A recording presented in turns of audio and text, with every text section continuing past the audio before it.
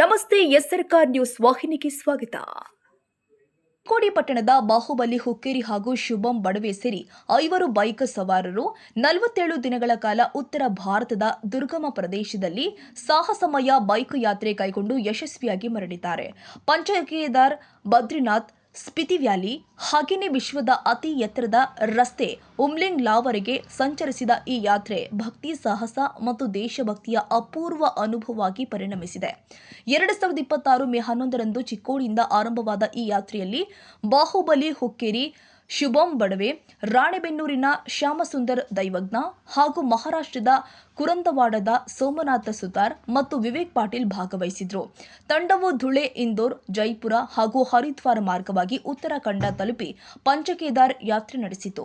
ಕೇದಾರನಾಥ, ಮಧ್ಯ ಮಹೇಶ್ವರ, ತುಂಗನಾಥ, ರುದ್ರನಾಥ ಹಾಗೂ ಕಲ್ಪೇಶ್ವರ ದೇವಾಲಯಗಳ ದರ್ಶನದ ಜೊತೆಗೆ ಸುಮಾರು 187 ಕಿಲೋಮೀಟರ್ಗಳ ಕಠಿಣ ಟ್ರೆಕ್ಕಿಂಗ್ ಪೂರ್ಣಗೊಳಿಸಿದೆ. ಬಳಿಕ ಬದ್ರಿನಾಥ ಹಾಗೂ ಭಾರತದ ಮೊದಲ ಗ್ರಾಮವಾದ ಮಾಣಗೆ ಭೇಟಿ ಕೊಟ್ಟು ಹಿಮಾಲಯದ ವೈಭವವನ್ನು ಅನುಭವಿಸಿದೆ.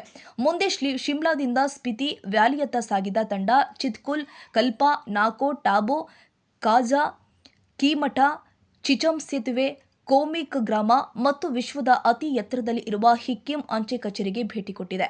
ಅಲ್ಲಿಂದ ಮನೆಗೆ ಪತ್ರ ಕಳುಹಿಸುವ ಮೂಲಕ ಅಪರೂಪದ ಅನುಭವ ಪಡೆದಿದ್ದಾರೆ. ಚಂದ್ರತಾಲ್ ಸರೋವರ ಹಾಗೂ ದುರ್ಗಮ ಅಪ್ರೋಡ್ ಮಾರ್ಗಗಳನ್ನು ದಾಟಿ ಮನಾಲಿ ತಲುಪಿದ ಕ್ಷಣ ಯಾತ್ರೆಯ ಅತ್ಯಂತ ಸವಾಲಿನ ಹಂತವಾಗಿತ್ತು ಅಂತ ಯಾತ್ರಿಕರು ತಿಳಿಸಿದ್ದಾರೆ. ಈ ಯಾತ್ರೆ ಕೇವಲ ಪ್ರವಾಸವಾಗಿರಲಿಲ್ಲ, ಅದು ಜೀವನದ ನಿಜವಾದ ಅರ್ಥ, ಆತ್ಮವಿಶ್ವಾಸ, ಸಹನೆ ಮತ್ತು ದೇಶ ಪ್ರೇಮವನ್ನ ಕಲಿಸಿದ ಅನುಭವ ಅಂತ ಬಾಹುಬಲಿ ಹುಕ್ಕೇರಿ ಹೇಳಿದ್ದಾರೆ. ಸೋಮಶೇಖರ್ ನಾಯಕ್, ಎಸ್ಆರ್ಕಾರ್ ನ್ಯೂಸ್.